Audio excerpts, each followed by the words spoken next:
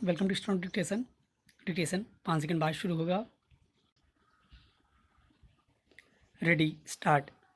एक सहज व्यक्ति के लिए जीवन में प्रसन्नता का अनुभव करते रहना उन लोगों की तुलना में बहुत ही आसान होता है जो जीवन में बहुत कुछ पाने की होड़ में लगे रहते हैं। हम केवल यह सोचकर प्रसन्न रह सकते हैं क्योंकि हम जीवित हैं। यह सत्य है कि जीवन ही आनंद है। कुछ लोगों की दृष्टि ऐसी होती है जो सदैव इसी फिराक में रहते हैं कि हमें वह सब कुछ प्राप्त हो जाए जो दूसरे धनवान लोगों को प्राप्त है। उन्हें यही लगता है कि जब तक ऐसा नहीं होगा तब तक हम दुखी जीवन ही व्यतीत करते रहेंगे।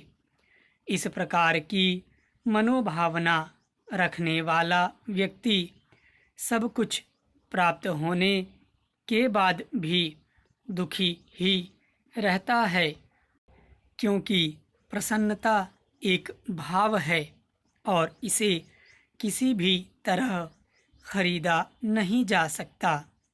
Para change. इच्छा और लालसा रखने वाले बहुत से लोग होते हैं जो उनकी पूर्ति के लिए मंदिरों में भी जाते हैं। वहाँ इनकी पूर्ति के लिए भगवान से मांग भी करते हैं, लेकिन उनकी इस प्रकार की मांग में निश्चित ही एक शिकायत छिपी होती है जिसे प्रार्थना नहीं कहा जा सकता है। ऐसे लोगों के मंदिर जाने से भी कोई फर्क नहीं पड़ता, क्योंकि अप्रसन्न व्यक्ति कभी भी प्रार्थना कर ही नहीं सकता।